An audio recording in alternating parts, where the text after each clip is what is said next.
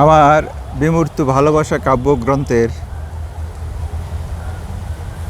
কবিতার নাম আমি প্রবাসে।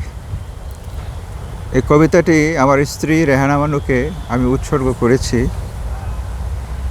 2014 সালের মে মাসের 29 তারিখে আমার শ্রীলঙ্কায় অবস্থানকালীন সময়ে কবিতাটি রচিত। আসুন আবৃত্তি করা যাক।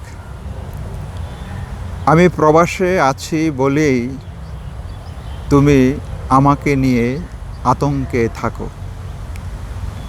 একটু দেরি করে ফোন করলে তুমি ভয়ার্ত আহত কণ্ঠে কথা বলো।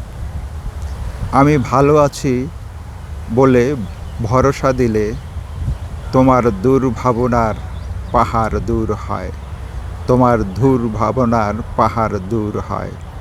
তাই তো আমি নিয়মিত কথা বলি।